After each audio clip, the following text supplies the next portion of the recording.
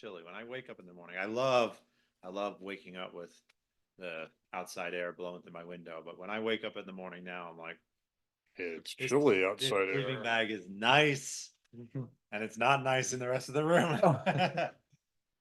Oh, are we live? Just turned us on. Perfect. Turn it on. Father James, welcome back. Glad to be back. If I wanted to write a book titled, I'd help you. very good. Steer me clear from a few wrong turns. If I wanted to write a book called How to Preserve Your Empire, How to preserve your empire. what should some of the chapter titles be? My. You know, the first one,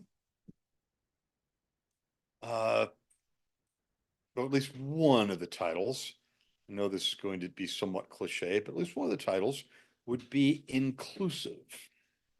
Be inclusive. So let me compare. That sounds a little DEI to me. What's going on? It does. Does. But I'll explain that. I'll contrast an unsuccessful empire with a successful empire. Okay. And their attitudes towards citizenship. So, unsuccessful empire, Sparta. Sparta. Okay. Successful empire, Rome. The Spartans had an extremely restrictive view of citizenship. You could not be a Spartan citizen unless you were born of two Spartan citizens and completed the elaborate educational program, if educational is the right word for it, completed the elaborate educational program required of Spartan warriors to be Spartan citizens. This highly restrictive attitude to citizenship meant that Sparta's military man pool, 6,000 at one point, steadily shrunk. So Sparta became, paradoxically, because it's so obsessed with strong citizens, and only the strong and purebreds could be Spartan citizens, their obsession led Sparta to become progressively weaker until it ends its days as a tourist attraction in the Roman Empire. And it was a tourist attraction in the Roman Empire. So young Spartan men doing their educational ordeal would be whipped for violations, and this would be done in front of Roman tourists who wanted to get a sense of ancient Sparta, Spartaland. Tourism was a real thing in the Roman Empire. So I was like, well, while we're touring Greece, we will visit Spartaland. Unsuccessful empire. Romans had an astonishingly inclusive attitude towards citizenship. One, and all of the Greeks, not just the Spartans, all the Greeks were astonished by this. If you were a slave and Roman citizens owned you, when they freed you, you became a Roman citizen. The rest of the Greek world was astonished by this. The Romans were capable, in the aftermath of a war, they're capable of offering some defeated communities a status that was on the road to citizenship.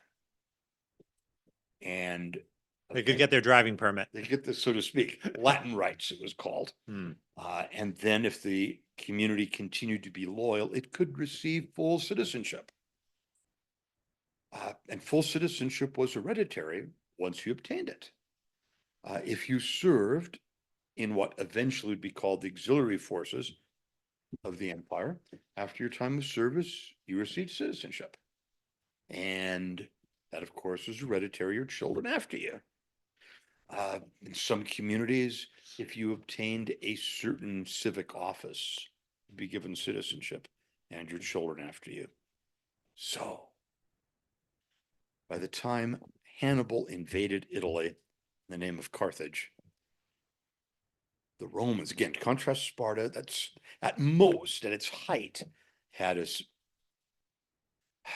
military manpower of 6,000 tops, and steadily going down after that. Hannibal invaded Italy. The Romans had a military manpower pool of something along the order of 500,000. So almost 2 orders of magnitude beyond what Sparta had. So they could survive. Well, we had an army wiped out at Trebia. We had an army wiped out at Lake Trismene. Oh my, 2 armies wiped out at Cannae, and we're still fighting. There are Wow. more Romans. Wow. You can imagine how Hannibal felt. There are more of them. Right, right. I'm playing Italian whack-a-mole. Where do they come from? It was in the conditions of the ancient world, it was, as long as they were competently trained and competently led, Hmm. and they normally were competently trained and competently led, Mhm. it was unbeatable. There were just too darn many of them. Hmm. They didn't have to be elite supermen, they just needed to be pretty good. Uh-huh. And lots of pretty good soldiers under pretty good leadership. Nobody in the ancient world could handle it. And the secret recipe was that inclusivity with citizenship. Who thought of this first and said, all right, guys, no one's ever done this, but I'm saying let's give citizenship It's to people rooted, we beat. it's rooted in the earliest days of Rome. Yeah. With Romulus offering on Palatine Hill citizenship to refugees from some other communities. Hmm. In early Roman legend, the kidnapping of the Sabine women. Hmm. But the offspring of those unions would be Roman citizens. And eventually the Sabines were taken in as Roman citizens. This is a Roman instinct from early on and was startlingly successful. And then as the public shifted to empire, they were amazingly good, astonishingly good at convincing people they wanted to be Romans. Because if you were let's be somewhat anachronistically say middle class-ish person, a way to have access to the good things of empire was Roman citizenship, and the Romans were willing to give it. Hmm. There was a path forward. There were several paths. Hmm. You had to act like a Roman, look like a Roman, but there was no notion of having to prove Roman descent. Look like a Roman, act like a Roman, follow one of the paths. The military one was a common one, but not the only one. There was also civic office. Follow one of the paths to citizenship. Paradoxically, that's why eventually the empire had to be split up, because you had more and more people wanting part of the imperial pie. So it could no longer be dominated just by a small group around Rome. You needed to have other capitals. That's a development over many centuries. But yeah, one chapter in the book would have to be inclusive. Be inclusive. That, okay, if you will, that is the sort of my sort of wokish remark for the night.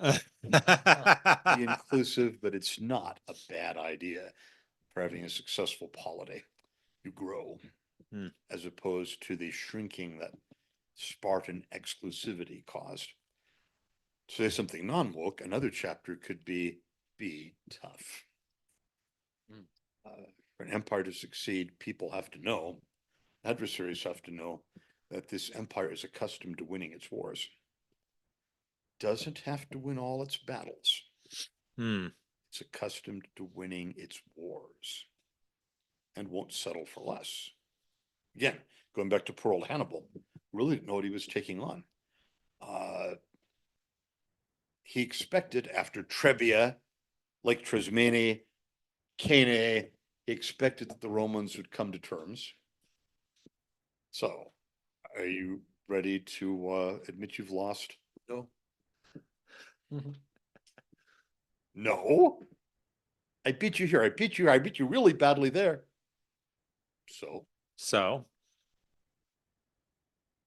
we're going to raise a few more armies. And while some armies keep you busy in Italy, other armies are going to wipe out the Carthaginian position in Spain. Oh. And when they did a backdoor operation. Yes, because they had the men to do it. Nothing would suffice except Hmm. Don't have to win all the battles, but you need to win the wars. You might sometimes conclude that absolute victory is more trouble than it's worth. So a successful empire, there's maybe a third chapter. A successful empire knows when it's big enough that, and all successful empires have reached that moment. There was a time in the 1580s when King Philip of Spain had to send out orders to colonial commanders, rein in these conquistadores. We've got probably more empire already than we can manage, and it's time to consolidate what we have. Similar with the Emperor Augustus, who seems to have made a deliberate decision not to push beyond the Rhine once that was proven to be a great deal of trouble. Now, not a defeat, despite the military defeat at, Teutoburger Wald, or Arminius destroying Varus and his 3 legions. The Romans came back from that. Mm-hmm. They stomped through that part of the German territory. They smashed a few armies, killed people, burned things, made. As one does when making an impression. The Romans wanted to make an impression. But then they left. I'm not recommending, but then they said, well, we're going to watch what's happening over the Rhine, on the other side of the Rhine. It's going to be our sphere of influence, but it's going to be too much trouble to try and conquer it. So accepting limited victories sometimes, but always insisting on victory. Sometimes a limited victory. There can be some frustration to that. But a successful empire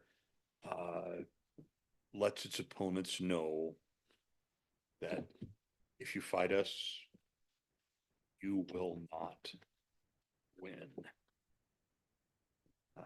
So that's one politically correct thing. Be inclusive. It's wise to be inclusive. And one not politically correct thing, be tough. It's wise to be tough. So people will really, potential adversaries will hesitate to take you on. What happened on the other side of the Rhine during the lifetime of the empire? I mean, there must have been various wars between the tribes that were left to largely govern themselves as long as they did not threaten the border. Gradually, there was a shift in the locus of trouble from the Rhine to the Danube, and even more, the Persian front. Okay. But also through that vast region that, in a non-ethnic kind of way, we'll call Germania. Germania Magna, the Romans called it, which should not be taken to be remotely related to what we moderns would call Germany, right? You don't do that unless you're an unrepentant Nazi. And it's historically false. Germania Magna was not an ethnic term, really. It was the term the Romans used for that whole zone across the Rhine and across the Danube, inherited by peoples of broadly similar culture, economically undeveloped warrior cultures, over which the Romans wanted to exercise supervision, but they didn't see a great deal of profit in conquest. Over time, they became less economically underdeveloped. They became militarily more threatening, but simultaneously, they became much more entangled with Rome. So that inclusivity continued. I resist those who argue that a factor in the empire's fall was this in welcoming attitude towards the Germanic peoples. I think that's a false explanation. Okay. I think it contributed imperial strength more than weakness. That many of the Germanic peoples found the Roman Empire to be a profitable career, very often a military career. I think you've said to me at one time, though, that actually led to a change in the culture of the Roman troops. Did. which led them to have some cultural separation from allegiance to the emperor and to Rome. Well, yeah, Maybe that's a late development. it's a late development. It's a real development. Well, it's a late development that had its roots early on. Mm-hmm. Uh, Want to have a successful empire, one thing to avoid, and although Rome was successful, it did not avoid this. A sharp separation. It did not avoid a sharp separation between military and civilian spheres. You know, the rise of the empire relied a lot on broad citizen manpower. But once the empire was established, it was a highly professional army and led an increasingly separate life from the civilian population. And early on, regarded itself as superior to the civilian population. So that in the Gospels, soldiers come to John the Baptist, and what does he say to them? They ask, "What should we do?" John the Baptist says, "Is well, be content with your pay and don't bully people." The reputation of the military was they thought themselves in the imperial system as the real citizens, as opposed to lowly civilians. We are involved in picking an emperor, even. This is another structural weakness in the empire. Every once in a while, the army would disagree with itself about who the emperor should be. And you would have a burst of civil war. But that was the army's job to pick the emperor. He was, after all, imperator, the commander. So early on, there's this split between civilian and military. And yes, as you move into the later empire, the clothing of soldiers, it was already distinctive in the early empire, right? Soldiers would wear a shorter tunic than civilians would. I don't know, show off their muscular limbs, I guess. But soldiers would wear a slightly different tunic. But as you move into the later empire, soldiers would have a Germanic look to them. They would wear trousers and they would have belts. And part of their decoration was, we still have this, elaborate belt buckles. Part of the decoration is elaborate belt buckles. So the look of the army became Germanic. I don't think that it was a case of hostile forces infiltrating the army. The Germanic peoples were entering into the imperial system because they were goodies. Because it is. It was a career, and a highly profitable career. So you find military commanders with unmistakably Germanic names. I think I ran across a grave inscription. Ego sum Francus cives Romanus miles in armis. Some discussions about how to translate it. I think he's saying, I'm a Frank, a Roman citizen, and a soldier in arms. So that in itself did not lead to the collapse of the empire. However, yes, the Germanic peoples would play a role. I think they played a role only after there was a severe external shock from another part of the world. Got lots of dominoes rolling. Mm-hmm. And that's after the empire had been around and very successfully around for centuries. So I'm going to stick to that. My saying that inclusivity, unknowingly fashionable, though the term is, inclusivity was a strength for the empire, more a strength than a weakness. Wow. Even the latter empire, more a strength than a weakness. What was the bureaucratic structure of the Roman Empire specifically, and what can we learn from what they did well, or what they did not so well? They operated with minimal bureaucracy. Minimal. minimal. Uh, the early empire, the local community, Civitas, the local community was largely self-governing. The Roman governor would supervise, and we see this in the Gospels. Jerusalem is basically governed by the Sanhedrin, council led by the high priest.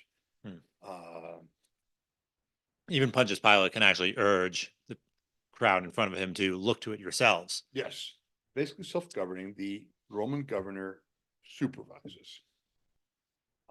So if cases involve Roman citizens, he's going to, those he'll review.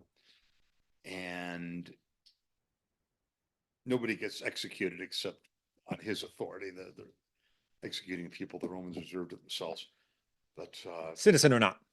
citizen or not. Okay. But local communities ran their own affairs, so there was no,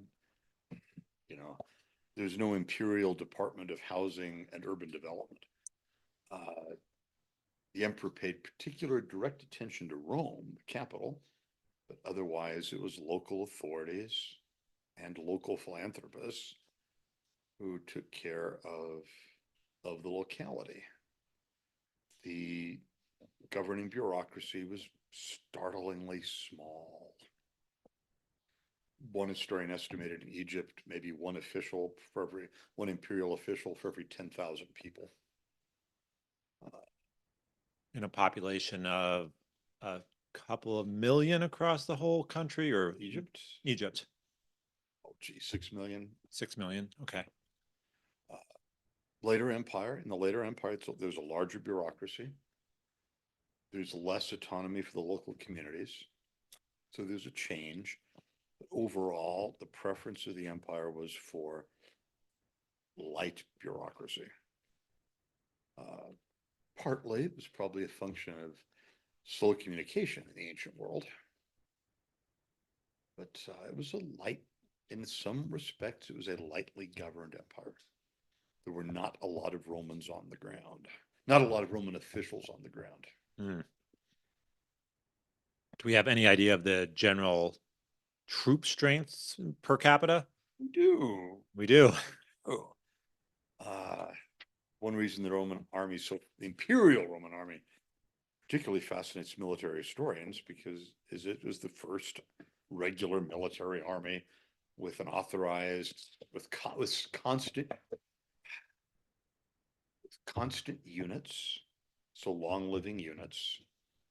The men come and go, but the regiment endures. Hmm. So the men come and go, but the legion endures. Constant units, regulation strength, detailed records. Because of the dry climate of Egypt, Roman army records kept in Egypt have survived better than elsewhere.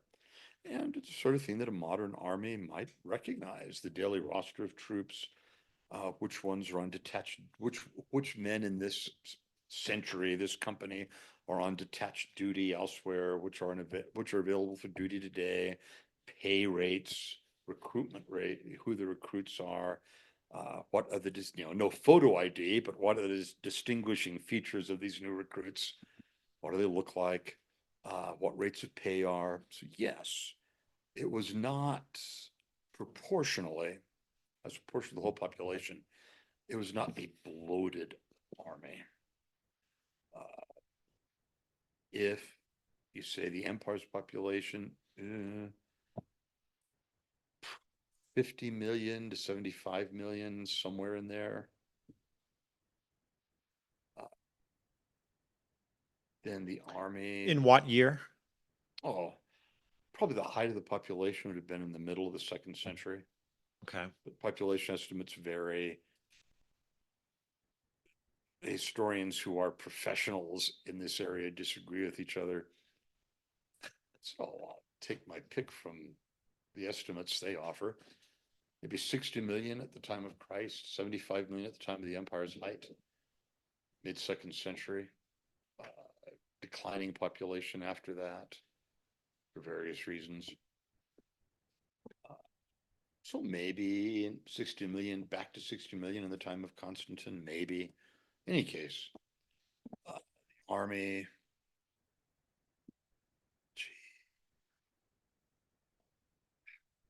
300,000 to 400,000, that range. Maybe late imperial army, as many as 450,000, but that range. 300 to 450,000. So And if we're yet, talking 60, 75 million for whole population, well, then it's less than 1%.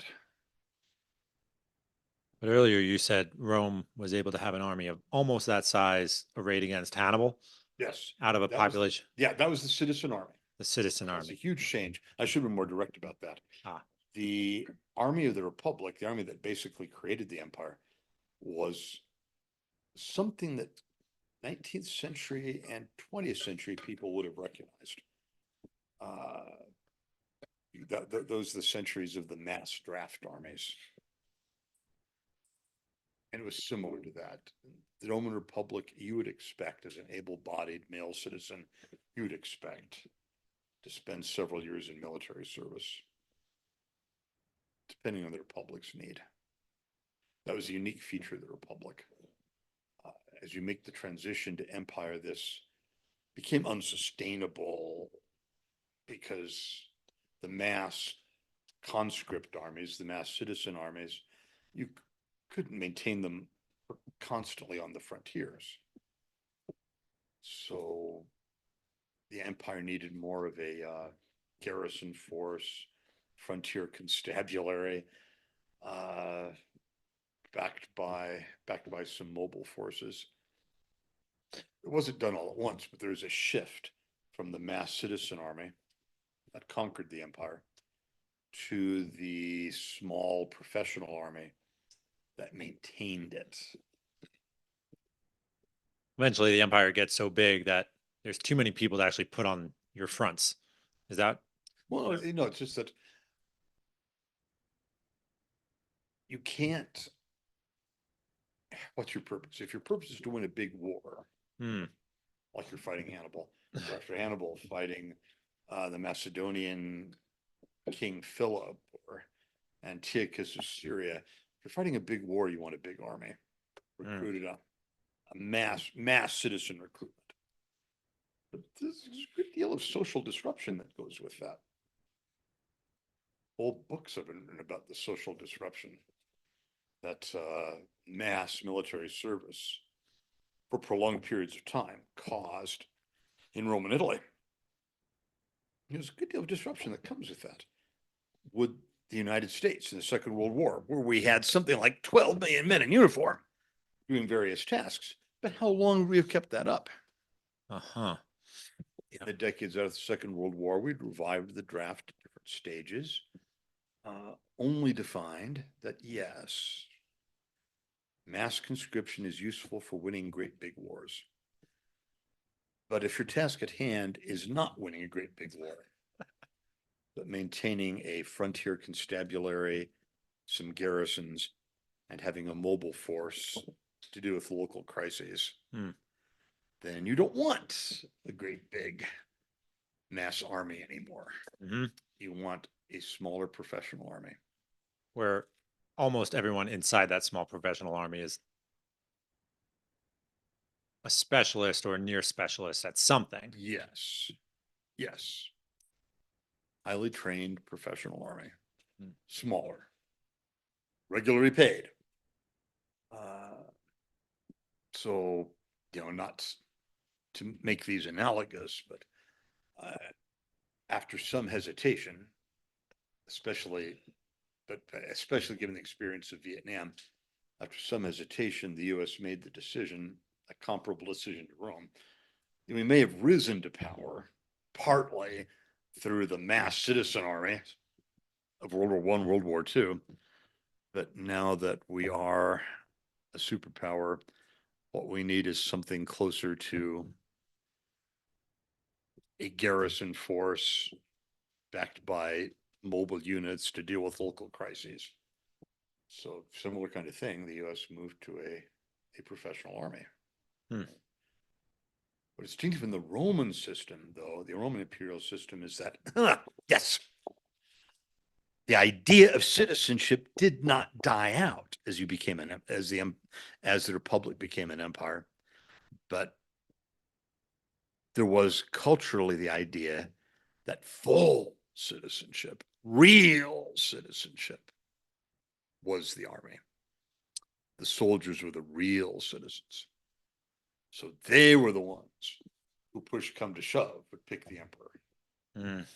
Interesting. And one weakness in the imperial system, it survived this weakness for a long time. One weakness was occasionally different parts of the army had different ideas about who was going to be the emperor. But rank and file soldiers felt that they were the citizens. They could have this right. So we have episodes where the rank and file soldiers try to make one of their generals emperor. They claim him as emperor, imperator. They claim him with that title. Eventually, even a ritual developed for it where they lift him on a shield. Hmm. While shouting, While shouting, Imperator, "That's right. Imperator. Vivat Imperator!" Hmm. That must have been a thrill to have someone, yeah, lift you on their shoulders on a shield and shout, Viva Imperator. Some felt the thrill. Some realized that once that happened, there were only two outcomes for them. The throne of the grave. Once you're acclaimed as Imperator, there's only You had to go fight the other guy who had been proclaimed as exactly, Imperator. and one of you is going to have to disappear. Hmm. Some cases it'd be more than just two candidates. That was a weakness in the imperial system. Hmm. But my contention is that there was such strength in the imperial system that it was able to balance this weakness and was able to take in, don't want to say, I don't want to open the door much in the way of contemporary politics, but was able to take in Germanic immigrants and Germanic elements Mm-hmm. into the army, in particular, into society, was able to do that reasonably well, I contend, until there was an unexpected, there were two severe external shocks. And this is in the 400s, the 500. Well, not the The 500. first one in the 3rd century that almost undid the empire. Mm-hmm. That was the rise of the Neo-Persian Empire.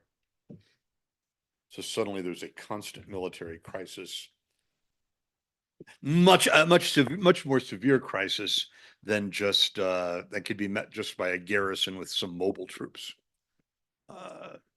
So there was a major, powerful enemy again, the Neo-Persian Empire on their eastern front. Is this the empire that would have fielded the Parthian archers, or is this that's a different conflict? Parthians were earlier. The Parthian Parthian Empire was never, it gave the Romans some tactic. The Parthian archers gave the Romans some tactical fits. Mm-hmm. But the Parthian Empire was not the threat, the strategic threat the Neo-Persian Empire was. But the Neo-Persian Empire mobilized the resources of much of the Middle East and directed them against Rome. So the empire almost, that created a shock that disrupted the whole system. The empire almost collapsed in the 3rd century. Came out of it largely through hard fighting. Some very gifted generals, most notably Constantine. But then in the late 4th century comes another external shock, and that's the Huns. Not primarily what the Huns did directly to the empire, but their arrival into the heart of Europe got all sorts of Gothic and other Germanic peoples moving and colliding. So suddenly the Danube and Rhine frontiers were no longer had that stability where a garrison and a constabulary backed by some serious mobile forces were enough. A constant state of military crisis. Because there were all these displaced tribes coming in, going across, and fighting each other and pillaging. and really interested in pillaging the Roman Empire because it was richer. They didn't want to kill the goose that laid the golden egg, but the effect of this was to derange, to destabilize the imperial system. And in the West, it never regained its equilibrium. It was never able to get control of a deteriorating situation. Was the population too decadent to go back to raise a citizen army and throw them at the problem? But you know, to raise a citizen army, you have to have a certain culture, don't you? Hmm. You have to have a culture in which people are not horrified by weapons, uh, and a culture in which people are prepared to accept the idea they can be dragged out of their regular lives and made to spend a few years fighting. That's a cultural thing, and this was totally gone. That was gone. Uh, I don't want to use the word decadent. That's a certain judgmentalism to it. It's just that the division between civilian and military had become so absolute. Ah, that was something they did. Something they did, yes. So to use modern strategic lingo, what the late empire lacked was strategic depth. You had this professional army, but it was small, and if anything bad happened to it, what was the backup? There was none. Except to hire some of the, because they were from warrior cultures, except to hire some of these Gothic, Germanic, and other peoples. And the theory would be to hire them as a stopgap while you put your professional army back together. Hmm. Finally, but in order to put your professional army back together, you had to have a tax base, and all this chaos is going on. You're not collecting taxes, so you get into a truly vicious circle. Hmm. Uh, Even to pay these stopgap people, you need some taxes. And you know, the death of the imperial system was in the West was when it couldn't collect taxes and pay the troops. So in the life of Saint Severinus of Noricum, it's a saint's life. So the intention of the 5th century author, his intention is not to describe, I think early 6th century actually, but anyway, his intention is not to describe how the Roman Empire fell apart, but in a fascinating vignette, Noricum is what is into was in what is today Bavaria, just south of the Danube River. It's a fascinating vignette where one garrison unit hasn't been paid for a while, and it sends a few men to go down and collect the pay, and they never make it back. And the unit just sort of gets absorbed into the countryside. So empire's killed when it can't collect taxes to pay the troops anymore. And that situation was created by lack of strategic depth. Something bad happened to the professional army. There wasn't a backup, and basic law and order collapsed.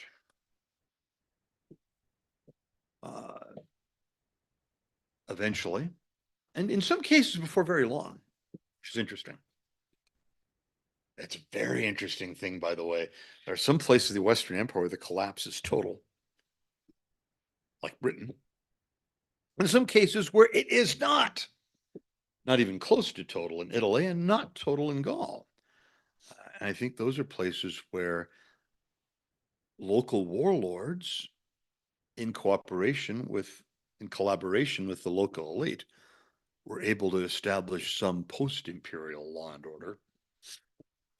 So even if you didn't have the state the same way you had before, you still had some government and some security. But the imperial system was gone. There was undeniably a change. Life went on, but there was undeniably a change. Life went on in Britain too, but in Britain the collapse was complete. It got dark in Britain. The lights went out. Lights went out. Cities disappeared. Trade disappeared. Literacy disappeared. Christianity disappeared in much of Britain. Not all. Cities disappeared. Yeah. That's just a wild thought to That think. did not happen in Gaul. Yeah. Cities took a hit, but they remained and trade remained.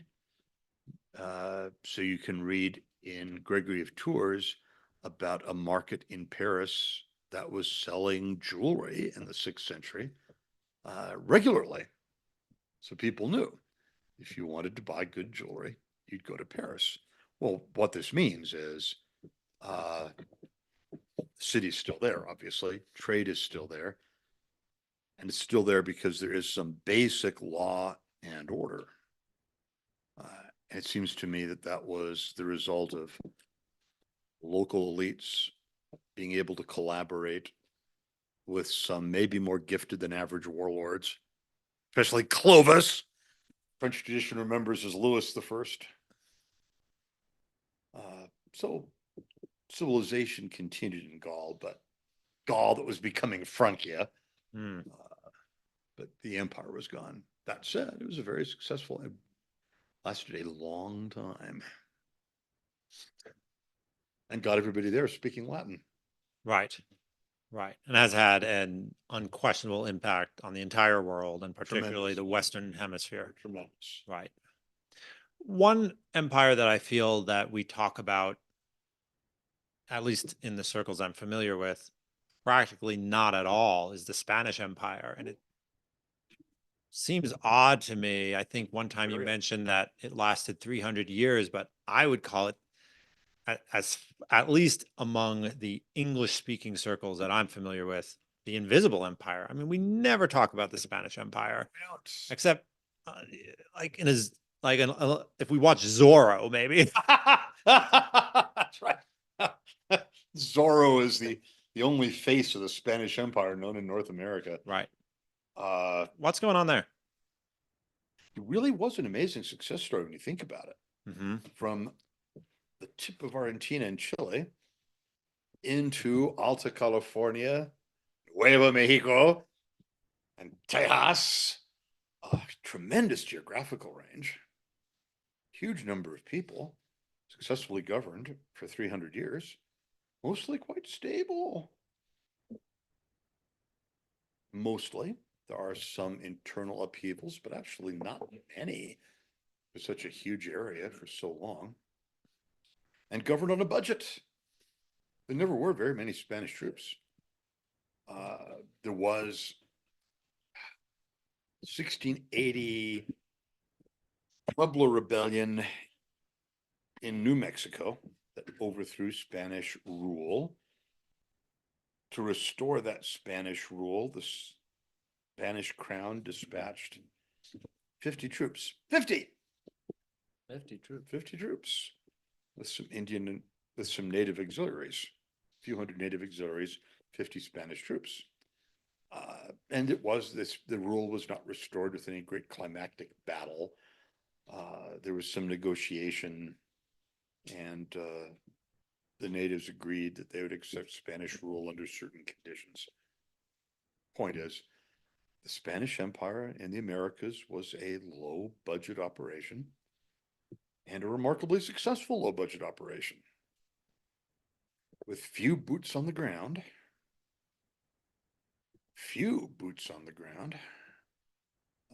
They kept it going for 300 years. And with enough cultural success that obviously it became, along with the Portuguese Empire in Brazil, Latin America. Spanish speaking from tip of Argentina and Chile into California and New Mexico and Texas. Has to be considered one of the world's more successful empires. Why is it so little talked about? Is it because we're in the Anglo-speaking empire? Partly. Mm-hmm. Partly. It's been back to the days of what they called the Black Legend. Have you heard that phrase? No. La Leyenda Negra.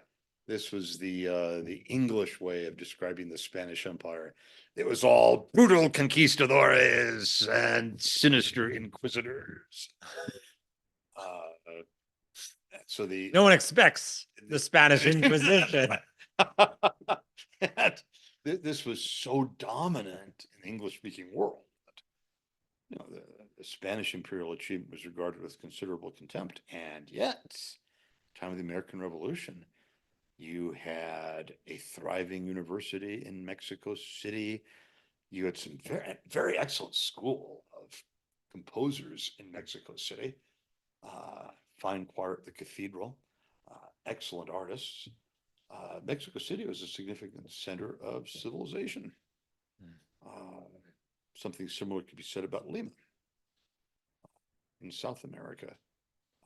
You know, the contemptuous North American attitude towards Latin America has long roots.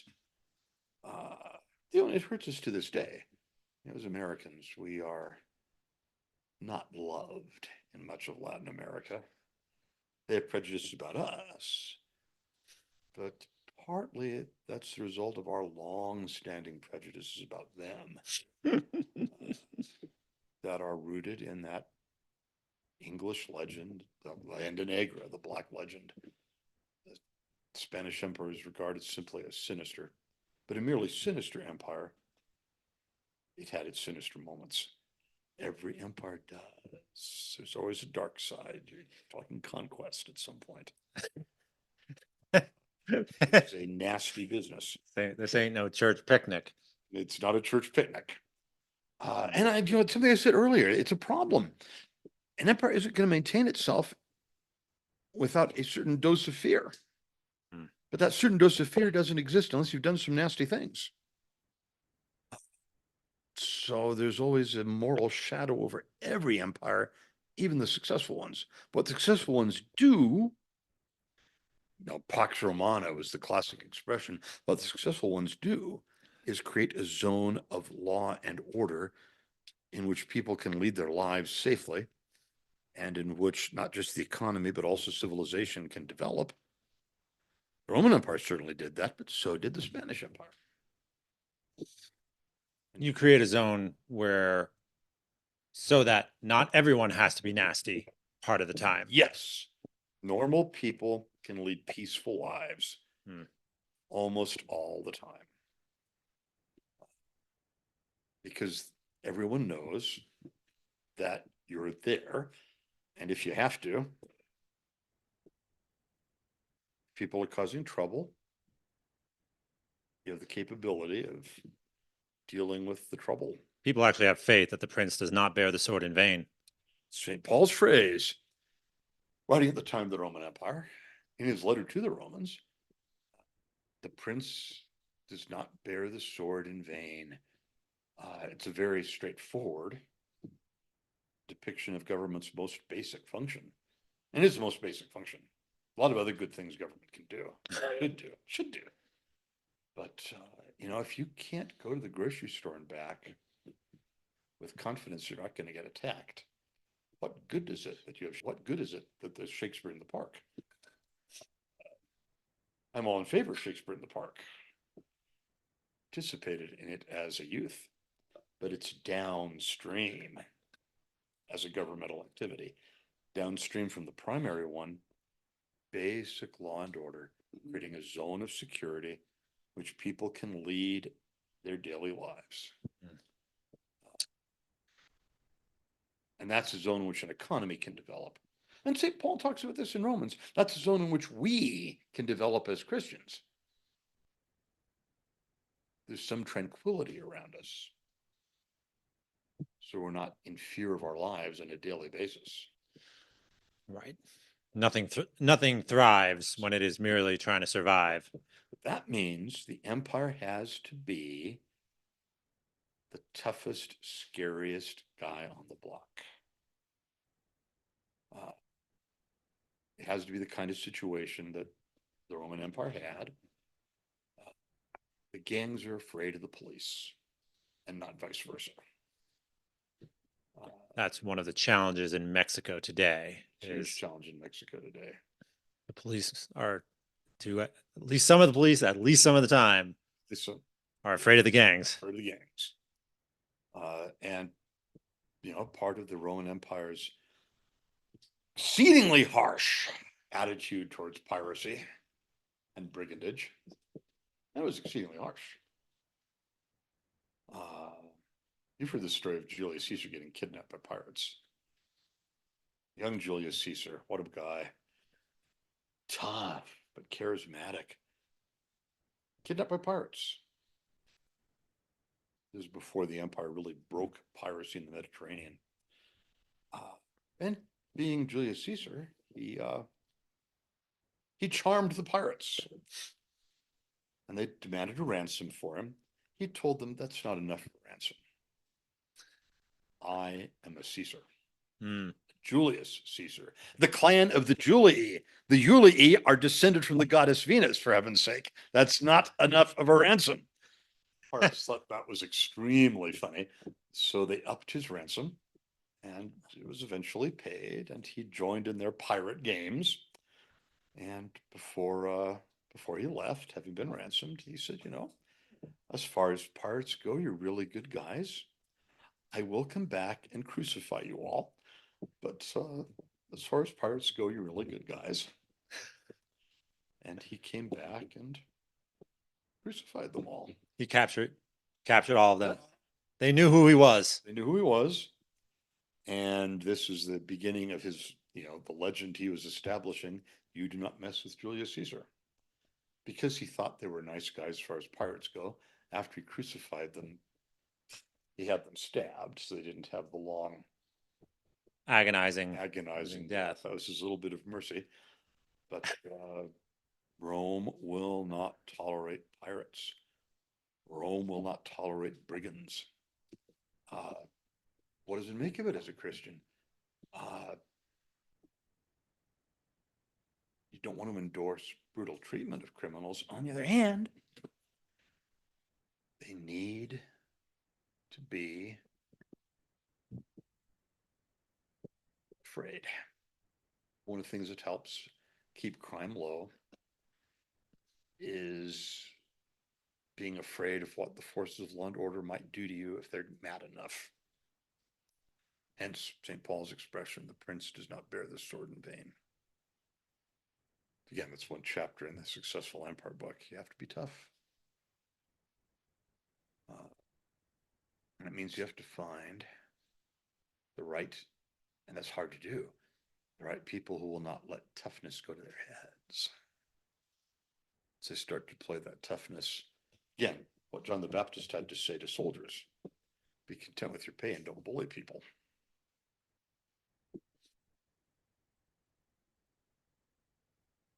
The Roman Empire never solved that completely. Tacitus asked a famous question about the Praetorian Guards, who were supposed to guard the emperor, but discovered that, gee, this is a powerful position.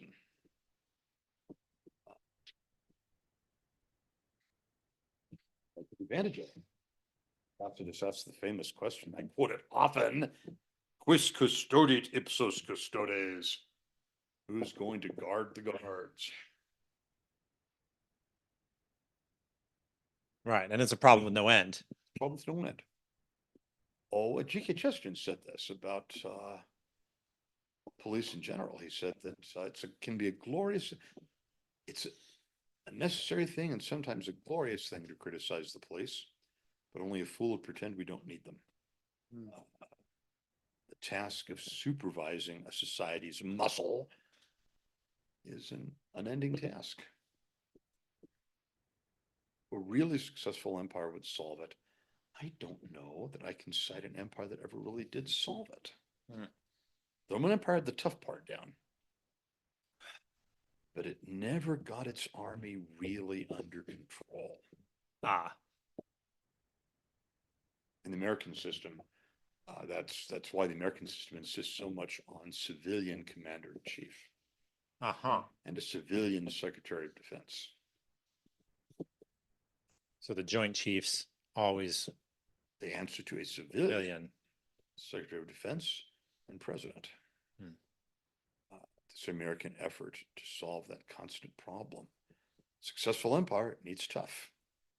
The tough has to be kept under control. That is not easy.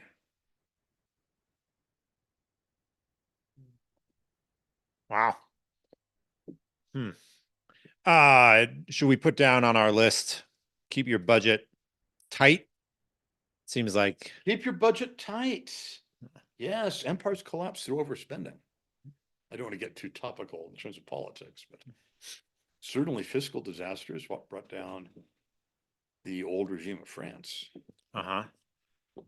The revolution is inconceivable apart from bankruptcy. Uh, Spanish Empire's decline was certainly launched. It was a long time declining because it was a successful empire, but it was certainly launched by episodes of bankruptcy. This was the British were highly successful until World War One. Mm-hmm. British were highly successful at managing their finances.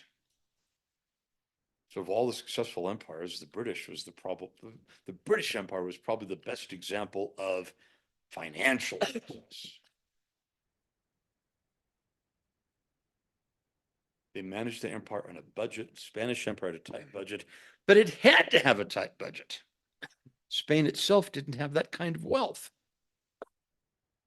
Britain actually generated wealth Through trade primarily? trade and then through the Industrial Revolution, Ah, through trade and through industry, but commerce first, had successful commerce, and then managed this wealth very well, was able to wage long wars without bankruptcies but then, and without currency manipulations. yeah, currency manipulations, particularly modern trait of governance. No, it's one of the oldest things in the book. There has always been manipulations of the currency. Oh yeah, in ancient times and medieval times, you manipulated the currency by fiddling with the bullion content. Ah, You know, what is the silver content of your coinage? What is the gold content? a constant temptation then. Constant. And always with inflationary effects. Mm-hmm.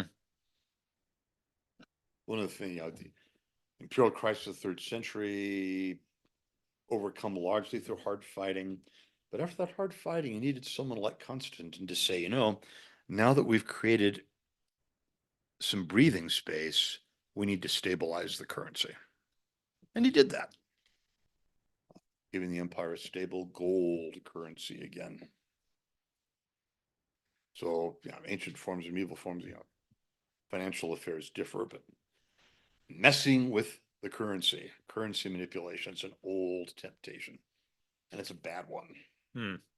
And frequently indulged. Frequently indulged because it's easier than raising taxes. And it's easier than saying we're not going to spend here, here, here, here, and here. Exactly. Easier than reducing expenditure, much easier than raising taxes, which is always laborious, even in an authoritarian system. It's hard to collect taxes if people really don't want to pay them. It really is. It's in an authoritarian system like the French old regime before the revolution. The king couldn't just decree taxes to where they needed to be to meet fiscal obligations because they would have been uncollectible. Populace would have been furious. So even in authoritarian systems, people basically need to cooperate with taxes for them to work. Movies get that wrong. His movies always show these thugs going around and squeezing house to house, shaking down. Oh, that's right. And the animated Robin Hood, But you never have enough thugs to do that. And then people can always bribe the thugs. They might figure that giving a pittance to the thug is less costly than giving the government everything it wants. Right. There never enough thugs to go around anyway. In the end, taxation, even an authoritarian system, it needs some cooperation from the people for it not to be excessively arduous.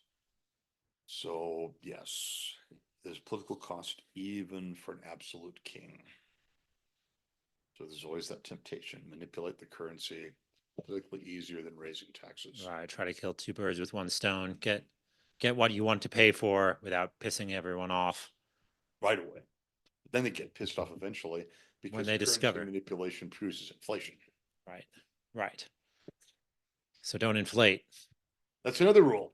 Don't inflate. Inflation kills empires. Hmm. Debt kills empires. That's what was a big factor in the downfall of the British Empire Absolutely. at the end of World War One.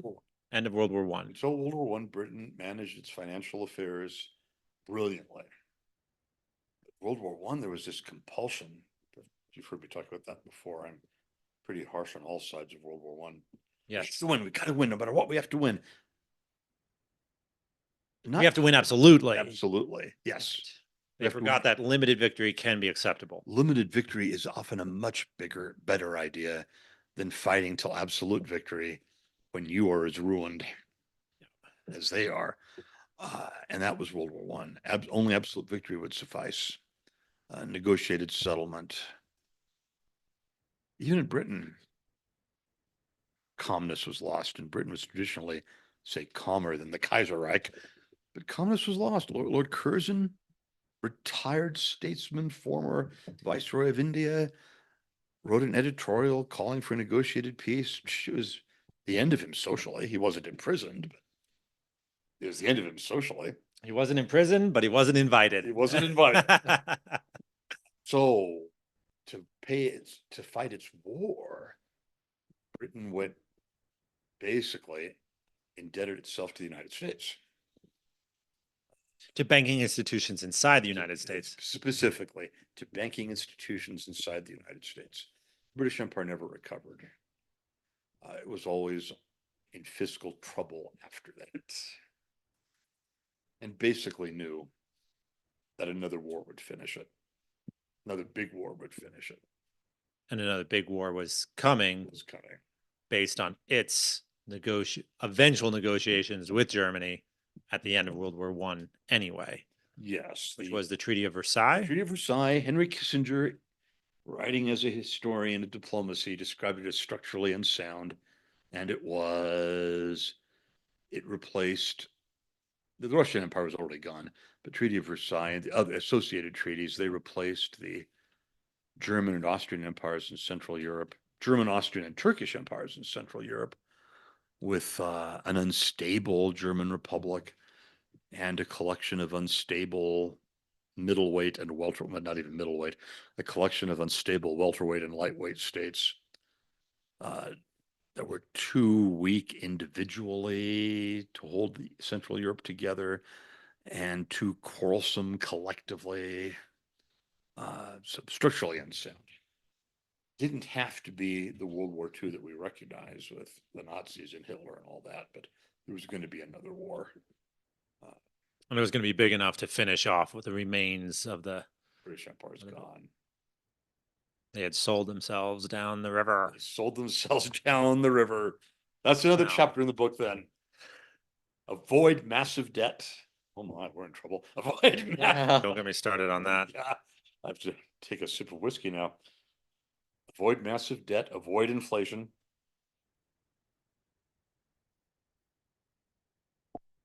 Avoid what? The 80s classic, Paul Kennedy's The Rise and Fall of Great Powers, called imperial overstretch. Knowing when enough is enough. Knowing when enough is enough. And you have all the empire you can handle. Which is affected by the type of citizens you have, the type of citizens you can create, the culture of the home country out of which the empire is based, all sorts of specifics, your finances. That means deciding that sometimes some things going on in the world, you're not going to get involved. Because you can handle right now. Right. The ability to say no. So do we have any good classic examples of someone coming to the feet of some emperor saying, please, please, please render aid hither, render aid a yawn, and the emperor saying, sorry. I don't know if it was aid, but famously Tacitus' father-in-law, I think. Anyway, the General Agricola He made a remark that not only could he finish the conquest of Britain, uh, just given the troops he had, as long as he could keep them, but he could also conquer Ireland with one legion.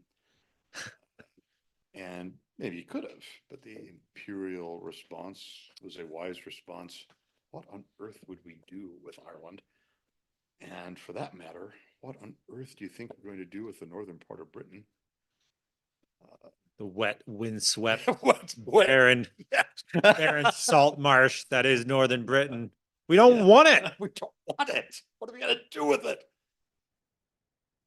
So that's a good example of, or Emperor Augustus deciding after the disaster, after Varus disaster, deciding that we're going to reassert our authority across the Rhine, but we're not going to try to conquer it. Which The Emperor Commodus, 18-year-old Commodus, he doesn't get credit for this. They should get credit for it. After bringing the war his father bequeathed to him, a reasonably successful conclusion, he said, we're not going to try to have a province across the Danube. Just means we're moving our defenses further out. We'll still have to have as many troops, probably more. So we're going to stick on the line of the Danube. We're not going to try to conquer Germania Magna. The Emperor Hadrian, after the death of Trajan, said, Trajan had conquered what's now Iraq. But by the time he died, there was revolution going on in there, and Hadrian decided, no, we're not going to try to have our frontier in the Tigris River. It's enough to stop at the Euphrates. That was a wise decision.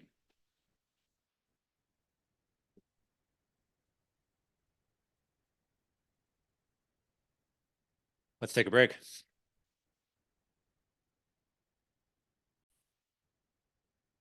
We have a very good idea of the physical height of the physical size of the English population from the late Middle Ages to today.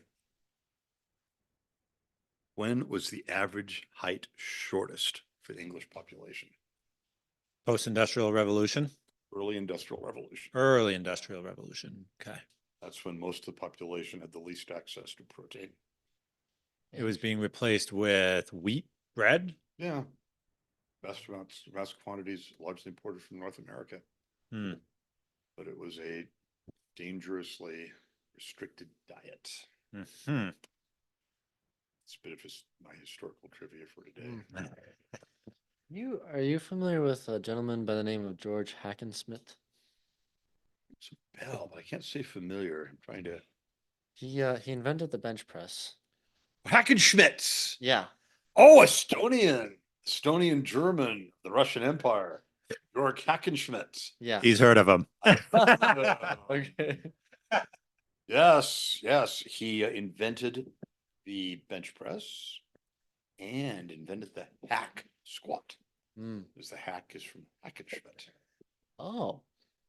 He was professional heavyweight wrestling champion of the world pre-World War I at a time when it was actually more legitimate than the boxing championship. Oh. He was a bona fide world champion, as well as being one of the first bodybuilding gurus. George Hackenschmidt. I want to read his book. Ooh, that'd be interesting. I think it's called How to Live a Healthy and Fit Life. Something simple like that. But I learned that he spoke 7 languages. He did. Very smart guy. He grew up speaking Estonian, the German community in Estonia, which is part of the Russian Empire. So German, Estonian, and Russian, just to start with.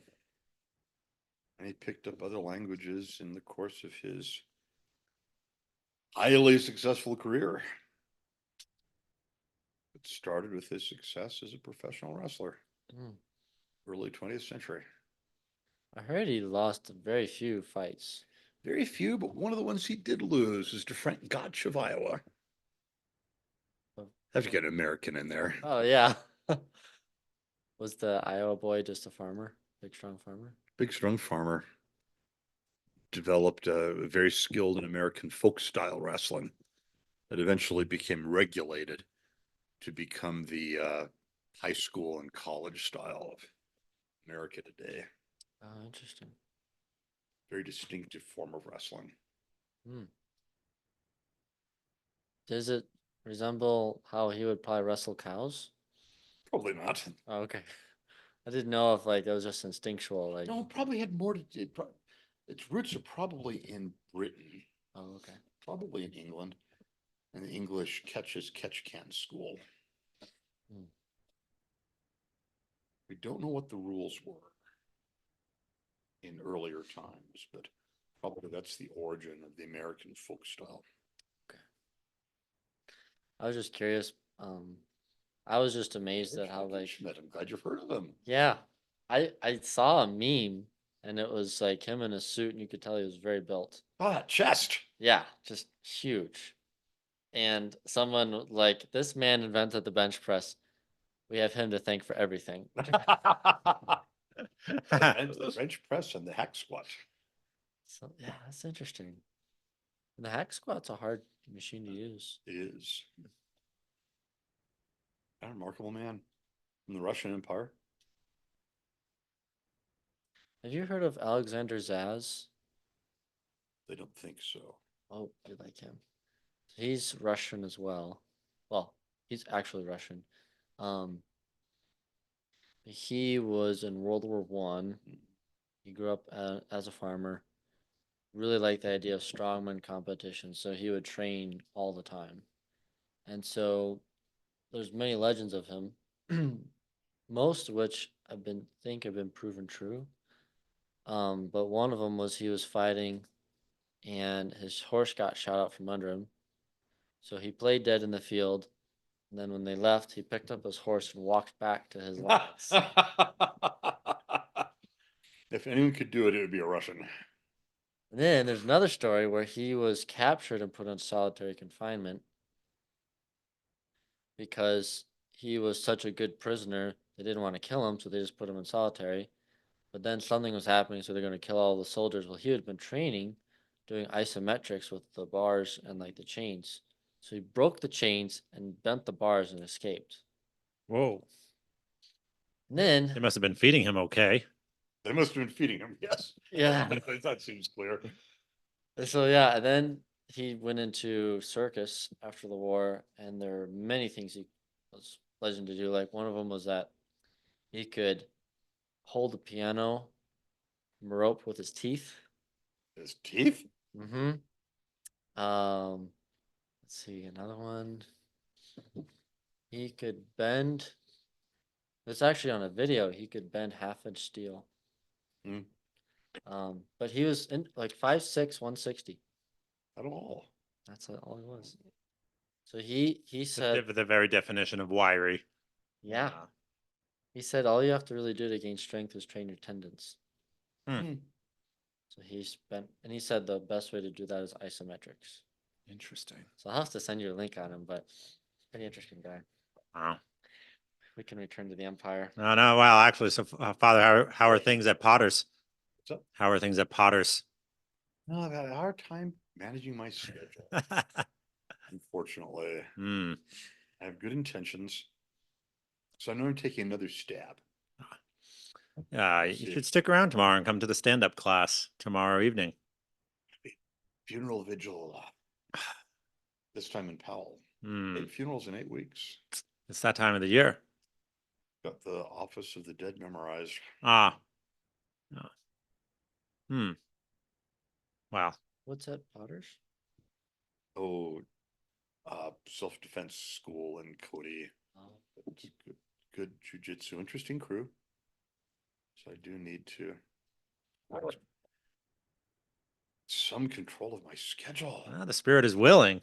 Yeah, but the schedule is. Spirit is willing, but the scheduling So is weak. right. The schedule is demanding. It's demanding, but really, I can say the scheduling is weak. I need to get know. I know that I'm able. I'm confident about this. Hmm. To impose some order on it. I just have to sit down and do it. Yeah. At these particular times, I will not be available for anything Other than dire emergency. Right. No. There are many things that dress themselves in the vestments of emergency, Of though. course, Yeah. Yeah. people have different definitions of it. That's Yeah. so true. Part of it is different people have different tolerance for pain, but Mm. you know, you hear these stories about one man. I know this. This is actually a true story. He was feeling some discomfort. That's what he said, some discomfort. Drove himself to the emergency room. Well, it was appendicitis. Mm. Wow. I'm a little uncomfortable. Right. Right. It seems like I ought to do something about it. Yeah. People just have different tolerance for pain. It's very true. Yeah. This is switching the topic a little bit, but some people have been Switch the topic. maybe another splash of the Noble Oak. Below, Shout out to Noble Oak. a little bit of bourbon. Yay! We've we've we've wandered in our featured beverages over the last couple months, but we want the folks at Noble Oak to know that we are still eager to earn their endorsement to Right. Noble Oak. Cheers. Some people I know have been thrown into some degree of confusion by various statements made by the Pope. Without getting into too many specifics. Shut. Yeah, exactly. Uh-oh. Without getting into too many specifics, unless Father, you want to get into some specifics. But what are the guides of prudence for faithful Catholics who want to be It's hard. assured that Rome and the leadership of Rome is trustworthy, but who are also unable to feel any assurance given at least the things they see in the news?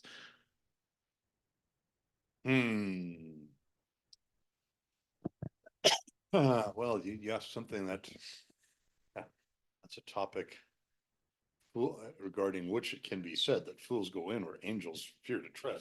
It's very delicate and very sensitive. Mm-hmm. Starting point. It should be an obvious starting point. But just putting it this baldly, though, would be mildly scandalous to a certain kind of Catholic, but it shouldn't be scandalous. Starting point is to say the Pope is just a man.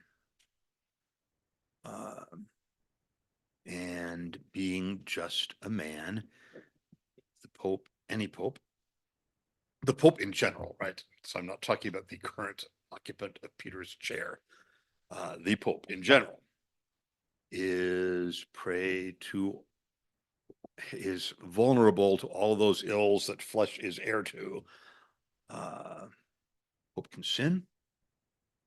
A Pope can be in error. A Pope can be stubborn. A Pope can be a fool. A Pope can be crazy. Have most of them been these things? No, some of them have. So it is possible. That's our starting point. Is that a cheerful starting point? I think it is. The Lord willed, not just God willed, not just that human salvation would be worked through the Word becoming flesh. That is, we are saved by a human being, a divine person who assumed human nature, but truly assumed human nature. So it's not just that we're saved by this person, but that this person, this theandric person, the God-man Jesus Christ, in whom divine and human natures are perfectly united, not mixed but united. So the humanity is still there. This person wills that his salvation, that his saving work, his message, and his grace be entrusted to human agents. Despite these human agents being, as St. Paul said, earthen vessels. Every one of them an earthen vessel. Should be ultimately consoling then to say that although popes and bishops and priests, lay people too, are capable of being sinful, stupid, stubborn, crazy, capable of it, all of them. And yet, The treasure remains a treasure. The word cannot fail. And the grace of God, as St. Paul says, is not without effect. That has to be our starting point. Where does that show up to? Is that in something about just as the spring rains and the summer rains do not return to heaven without watering the earth? Neither does my word return void. Where is that from? Isaiah. Isaiah. Okay. Isaiah's prophecies. Um, so,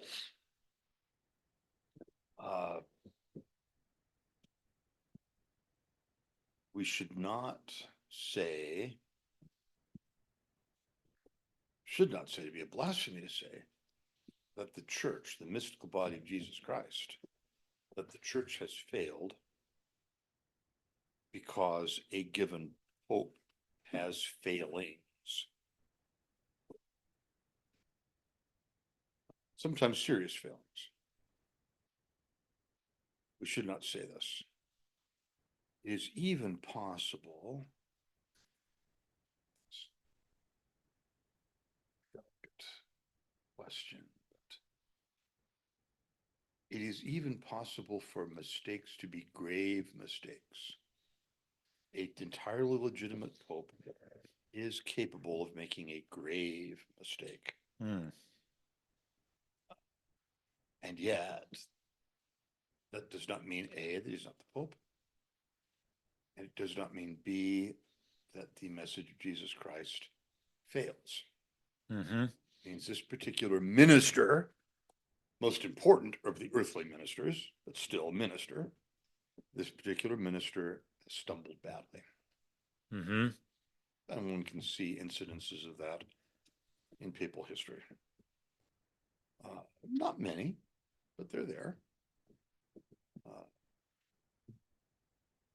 Pope was just a man.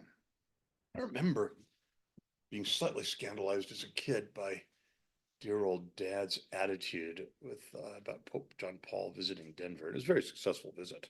Don't get me wrong. I was slightly scandalized by dear old dad's attitude, but retrospectively, there's something to be said for it. Somebody asked dear old dad, "Are you going to go to Denver to see the Pope?" And dad said, "No." In his straightforward way. Mm. And someone said, "Well, the Pope is visiting." Dear old dad said, "I meet the Pope's boss every Sunday." That's a great answer. Every Sunday, I kneel for the Lamb of God. I receive him in Holy Communion. So, I owe the Pope some respect. If he were to visit Cheyenne, I'm sure I'd show up. And if I were to visit Rome, I would drop by. I would drop by and say hello. But I'm not going to drive 100 miles and be with a crowd of God knows how many people to see a man, an important man, but a man. And every Sunday, I'm on very intimate terms with his boss. What could be more intimate than Holy Communion when you come right down to it? Mm. I truly believe in the apostolic origin of the papal ministry that has origins in a promise that Christ made to St. Peter. Mm-hmm. I'm not as papal centric as others are. Uh-huh. So perhaps just to start with, I'm not quite as alarmed as some are when popes stumble. It's even possible for the whole institution to paint itself into a corner. I think that the Renaissance papacy classically painted itself into a corner. It also, by the way, sponsored some of the world's best painters. So it has that to be said for it. But it painted itself into a corner where it found itself obliged. It couldn't. It assumed partial responsibility for the balance of power and stability of Italy.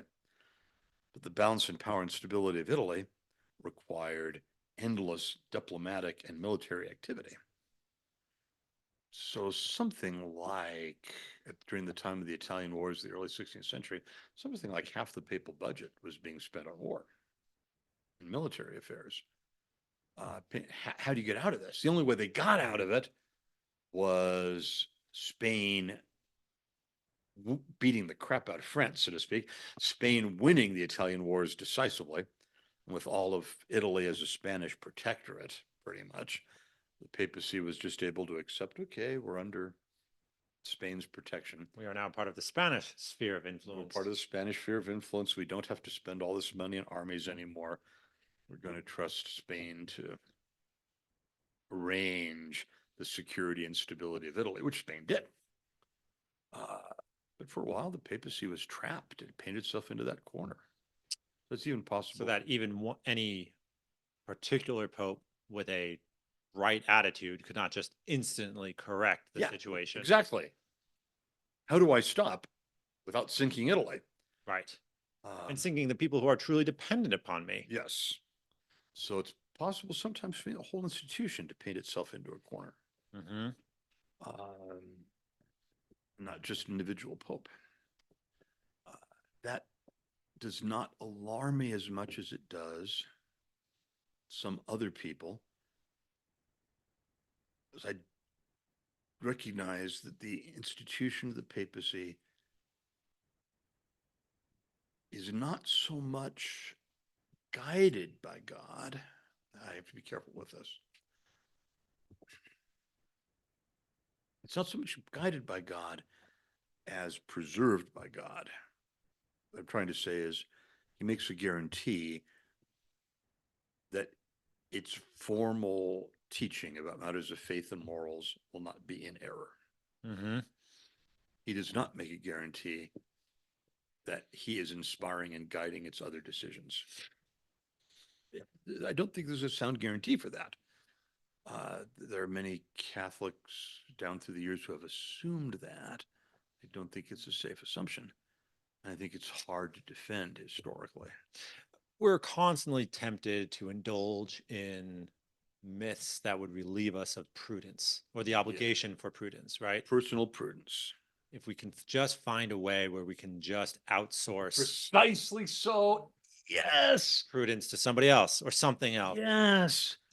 One of the reasons why John Henry Newman was cautious about a definition of papal infallibility in the 19th century was that some Catholics had the attitude of the French Catholic newspaper editor, Louis, forgive my hideous French pronunciation, but Louis of Willow, who said that he wanted nothing so much as an infallible papal pronouncement for breakfast every day. So that, yes, I'm relieved of any personal discernment because this infallible authority will tell me every day what I need to do. It seems to me that that is one of the genuine appeals of cult leaders is that they actually do have the answers for the extremely particular details of people's lives. Yeah. They may wake up years later and be, oh my gosh, I've sort of been assumed by this other person, by this other personality. I've lost myself in some key way, but the temptation is very appealing at the beginning. It is. It is a very appealing, but ultimately degrading. We are given authoritative guidance about moral principles and some essential moral teachings. However, to say that means to leap from that to saying, don't date Susie or you must marry Mary. This is making an outrageous leap. That remains in the sphere of personal discernment.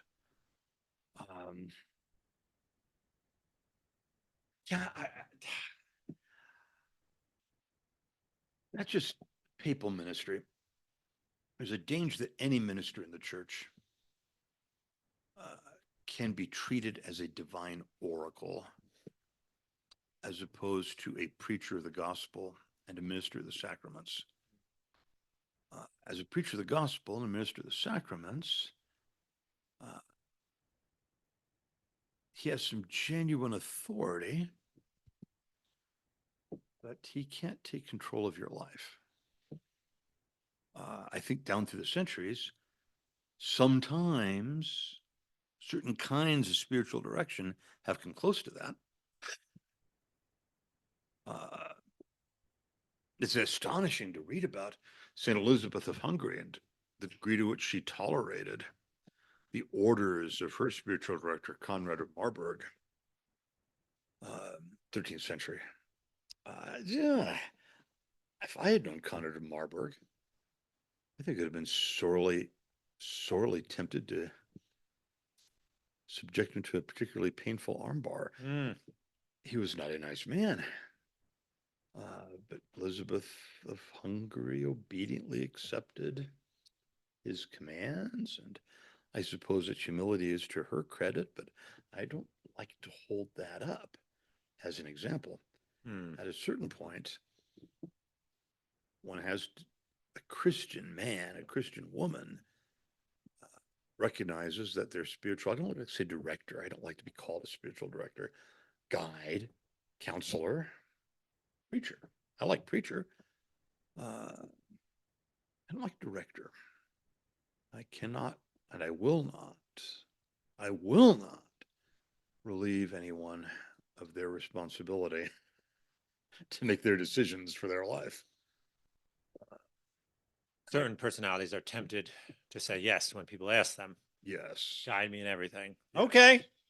Yes, and that scares me to death.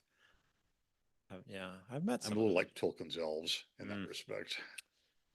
Very frustrating. Very frustrating. Yeah. When people come and they want A or B, and you're like, well, A's got something to be said for it. But don't rule out B. You are going to have to decide what I can do based on the gospel and the tradition of the church and experience.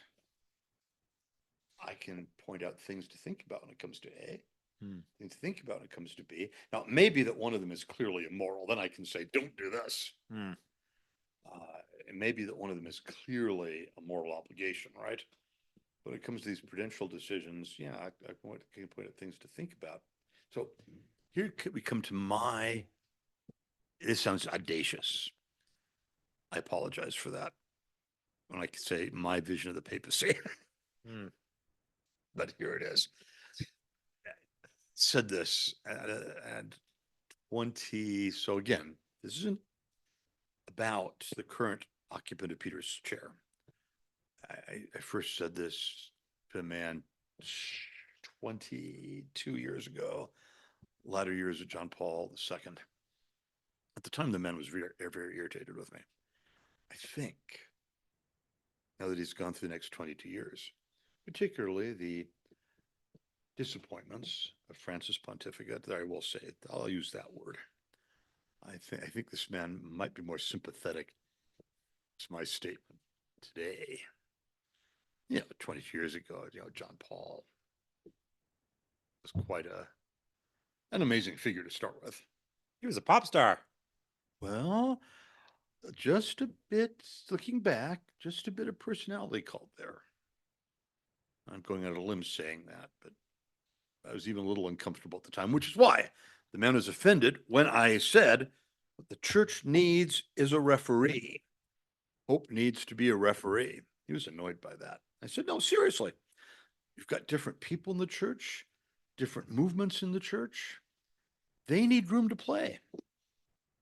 The Pope's job is not to tell everyone what they're going to do.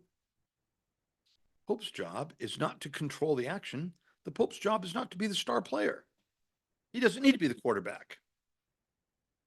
He doesn't need to be a running back. He needs to be the referee to make sure the game stays within bounds and is played according to the rules.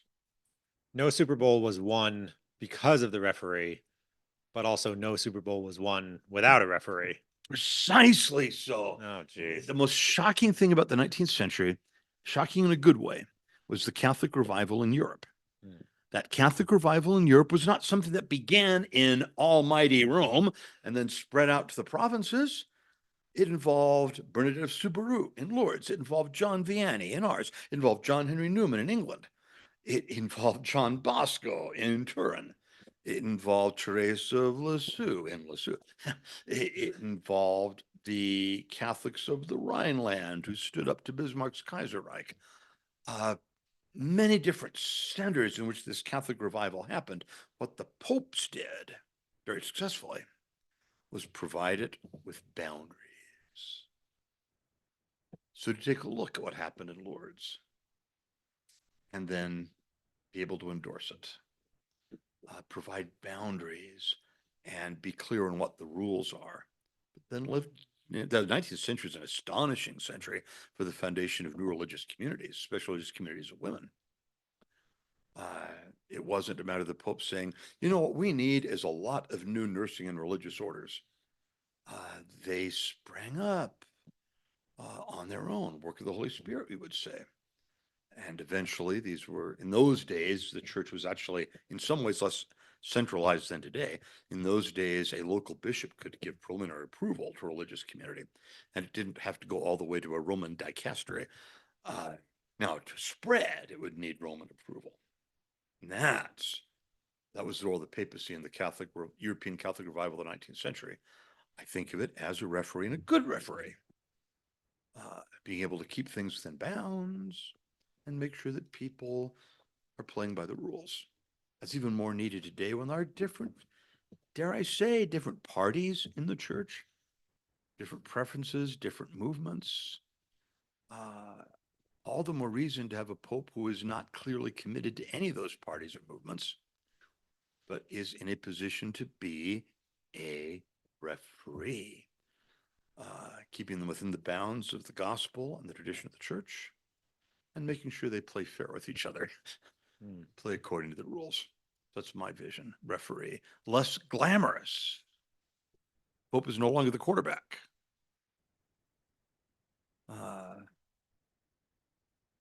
But more needed. The referee is more needed. Even more needed than, yeah, you need a referee even more than you need a quarterback. Wow. That's starkly different. It occurs to me that there may be some people who, disappointed as they are with the vicissitudes of the current papal administration, they actually want to return to the successes, the large successes of the Large successes. of JP2's Successes. time And as Pope. I don't want to underrate that. However, oh, God help us. And I mean that, God help us. You know, my mother, rest her soul, that's where the Irish that is in me comes from. Hmm. She was so proud of John Paul's visit to Ireland in 1979. I think a quarter of the population was present at one of his masses. And I think half the population of Ireland saw him at one time or another. What's the condition of the Irish church today? Dismal. Yeah. So I don't know what the condition of the church in East Timor will be, but I'm not one of the people who's going to stand up. I'm going to be very candid. I'm not going to stand up and say, oh, 50% of East Timor came to see Pope Francis. Wait 50 years. I don't know. I clearly don't know. But the fate of the church in Ireland gives me pause. It's not the end of the story, of course. Gospel does not die. The Spirit of God is always at work, but nonetheless, there's catastrophe in Ireland, right? You got to call a spade a spade. Or spade a spade. Catastrophe. Yeah, the papal visit is not the silver bullet. And in the long run, I do think this. I think that in the conditions of 1978, yeah, two things. The conditions of 1978 and the personality of Karl Wojtyła. Put those things together. That's what needed to happen. Hmm. The man and the moment. His personality suited that moment. His style of being Pope suited 1978. Will not necessarily suit 2028. It's not necessarily, I'm inclined to think that it's not the future of the papacy. I think it was a particular moment. I think that some element of that is always going to be there. You know, the Pope in the 13th century was not going to avoid being in some degree a feudal lord because he operated in that sociocultural context. The Pope in the 21st century is not going to be able to avoid being some degree a mass media figure, An influencer. an influencer. Yes, because he's operating in that sociocultural context. Mm. However, he can't be trapped in that sociocultural context. Mm. The Pope would have been terrible. It didn't happen to the 13th century popes. They're able to avoid this, but it would have been terrible for them to have been sucked into being merely feudal lords. It would be terrible for a 21st century pope being sucked into being merely an influencer. I don't think it's likely to happen. So they kind of have to be, popes have to be today. They do have to be mass media figures. However,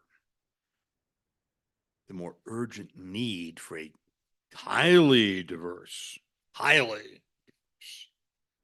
extremely global church, the more urgent need is a referee, a good, reliable, trustworthy referee. That all parties, pretty much all parties, can agree is fair-minded and not against them. Yeah, if I were to way the heck above my pay grade. But if I'd recommend anything to cardinal electors in the nature of things, not terribly distant future, it'd be look for someone who's capable Of speaking to all of sides. speaking to all sides, who's not too closely associated with one particular faction in the church, who has no particular animus against any particular faction in the church, and whose record indicates is willing to do a little bit of the John the Baptist action of I must grow less, he must grow more. Papacy, the Pope a little less on center stage, so that the Christocentric nature of the ministry can become more clear. It must be about, and manifestly, unquestionably about, Jesus Christ. In order for that to happen, the person of the minister, that's true, it can be true for parish priests as well. Parish priests are personality cults, lay leaders are personality cults. It can happen. We've all seen it. We've all seen it. What does St. Paul say? Did Paulos or I, whatever. What matters is that Christ is proclaimed. And I think for Christ to be proclaimed, it's necessary for the person of the minister to be reduced a little bit. The challenge then is the modern papacy. It may have, in my judgment, it has grown too much into being the star of the show. Or just change metaphors, the quarterback. Too much to being the center of attention. Not enough the neutral and calm referee. Even a touch boring. Touch boring. Touch boring. You can't just Right. go, When the whistle blows and the referee steps up, no one's expecting something extraordinary, right. unbelievably exciting. Right. No one's expecting him to dance or sing. They're expecting him to make a call. Make a call. And in fact, that's what they want him to do. That's what they want him to do. So we can get back to the action. And that's what he needs to do. And the action, the Pope is not, the referee is not to be the controller of the action. And the Pope is not to be the controller of the action. The referee has authority, necessary authority, and ultimate authority. What the referee calls has to stand. But there's a difference between having ultimate authority and controlling the action. I think that's a distinction that really does, that people really do fail to grasp. Ultimate authority is having final judgment, but it's not taking total control.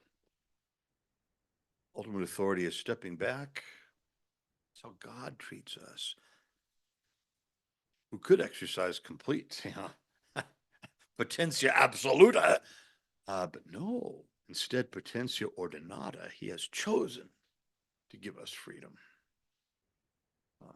and chosen to work with us by revelation and inspiration, but not by control and domination and possession. That how God treats us surely is how we're to treat each other. That's the model.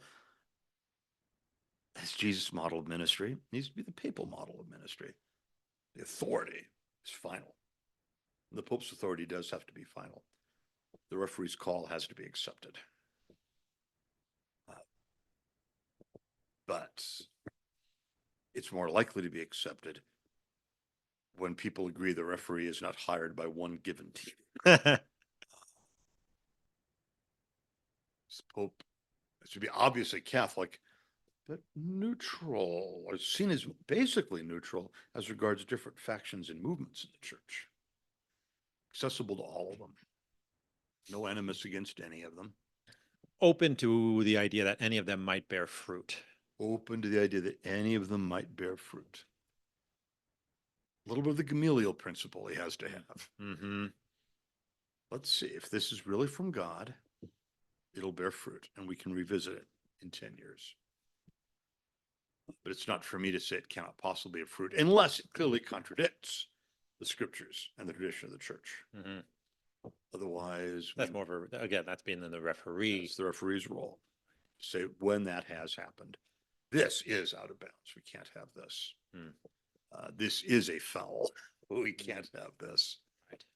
The people need the referee. The church needs the referee. And there's a natural tension between the role of referee and the social tension, not contradiction, but tension between the role of referee and the social media Influencer. influencer role that Pope necessarily has today. But I seriously think that needs to be pulled back some. Mm. We can't go cold turkey when it comes to papal trips. That's an expectation now. But I think a steady diet of papal trips, I think it'd be wise to step back from that. More attention being paid to building up at the grass level so that we don't have another repeat of the Ireland disaster. Tremendous papal visit in 1979 and ultra wilderness 40 years later. The action is at the ground level. Pope can't control that. He knows he can't control that. What he can do is what he can do is be very vigilant as a referee, very vigilant for fouls. It's a terrible thing. You're watching a game and the referee isn't calling obvious fouls. Very attentive to that, very firm when those are called, when the call is necessary. That's one of the things that was scandalous to people, unreasonably scandalous to people. It was sometimes said of John Paul that he's got the prophetic role down, but the kingly role he does not do well, as he did not like to put the fist down. There were some people in the church who needed the fist. Not literally, although sometimes be kind of tempting. I'm amazed looking back, no one ever hit Cardinal McCarrick. Why did that not happen? That's an ongoing mystery to me. Some of the young men he was bothering, why didn't any of them just Sock him. yeah? He's a cardinal or archbishop or whatever he was at the time. Well, you'd never be a priest after you did that, but it would be so worthwhile. Memory of them to go the rest of your life with the memory of having decked Theodore McCarrick. Right. There'd be a certain glory to that. Anyway, As you're putting on another wire nut because, you had to leave the seminary. Yeah. Just Yeah. frame it. And you would have to leave the seminary. You would have to leave the seminary. Yes. Even if your superiors knew it was well deserved, you would still have to leave. It's a very disheartening affair. People joked about his behavior, and that meant that it was known. So, yeah, there was a failure.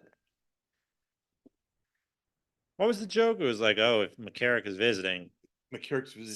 Send the hide handsome, the handsome ones. hide the handsome ones. And that was a joke. Well, the fact that it was a joke meant that it's basically known what he was like. So again, to speak with trying to speak with due reverence, I don't think there was enough refereeing going on, and there was too much of the mass media figure going on. There's a tension between the two, right? When the Pope is visiting hither and yon, who's minding the shop? Well, and I suppose if you come home and you realize that there's these problems piling up and you don't really like dealing with them and you know you're going to be kind of seen by the bad guy by somebody, That's the referee's job. you're tempted to go back on another trip because that's where you excel and that's where you get. And things like that and canonizations, those should be feel good moments for being a pope. Mhm. And be a big relief from what's in many ways an unpleasant job, but that's the referee. People are going to curse the referee. They need the referee. They know they need the referee, but they're still going to complain about the referee. And that, I think, is the cross of the papacy. But that cross can't be avoided. The cross is being the referee. And people complain about the referee. No matter what you do, No matter what you do. even if they kind of know you're doing the right thing. Exactly. They know they need the referee. They even though you're basically a good referee, they're not going to like this particular call. Hmm. Again, referee, I like that. I'm running with that metaphor because it helps. I think it helps keep clear the distinction between having ultimate authority and actually controlling everything. Hmm. Two different things.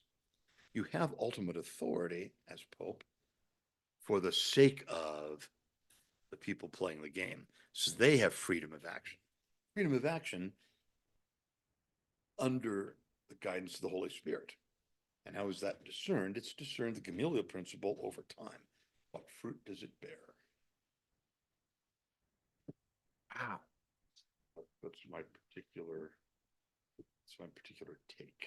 Hmm. I think I suspect we're at a turning point moment. Not turning point moment in the terms of ending the papacy as it developed, especially under Pope John Paul, but modifying it. Hmm. How much of that was that moment, 1978, 79? How much of it was that personality? Startling, strong, magnificent personality of Karl Wojtyła, Hmm. the greatest son of Poland in 1,000 years. And we shouldn't downplay that magnificence. There No. really was something leonine about his approach to the USSR, about proclaiming Christ to the world. The trip to Ireland was one thing, but the trip to Poland was, oh my, that was a lasting triumph. And there's been no moment in the history of papacy quite like him in Warsaw, this vast crowd in a communist country starting to shout, "We want God, we want God." There's been no moment of papacy like that. But it's possible to have a successful weapon and yet rely too much on that weapon. I guess that's what I'm getting at. Right. And again, particularly that it so well suited his personality. But it's not going to suit all personalities. It did not suit Pope Benedict's personality. I think he had a miserable time as Pope. I think one reason he had a miserable time as Pope is that he felt obliged to try and be John Paul. He wasn't. But he wasn't. It never was going to be. He was never going to be. Right. You weren't going to grow in your role, right? You weren't going to learn new executive skills. It's like he was. I guess that's part of getting at it too. It's to what extent did we develop a concept of papal ministry that was too much one man, one great man? Yeah. Too much one man. Oh, man. It's fascinating stuff. Oh, as you can tell, he's very enthusiastic. It's just a fascinating thing. I think on the whole, it's an inspiring thing, but you cannot expect every minute of it to be inspiring. Right. Well, speaking of minutes, we are unfortunately out of them. Well Oh, said. yeah. Well played. We could keep picking your brain all night, as you well know, and it's great to have you back here, Padre. But we'll just have to book you for another session here by the fireside. We're back. Yeah, fall is in session, so we got the fire going, and Very nice fire. I'm impressed. Tom spent significant time this summer actually building up our wood supply. Tom got Yeah, to be ready for the fall. So, yeah, Padre, as always, thank you so much for joining us. We'll see you next time. God bless you.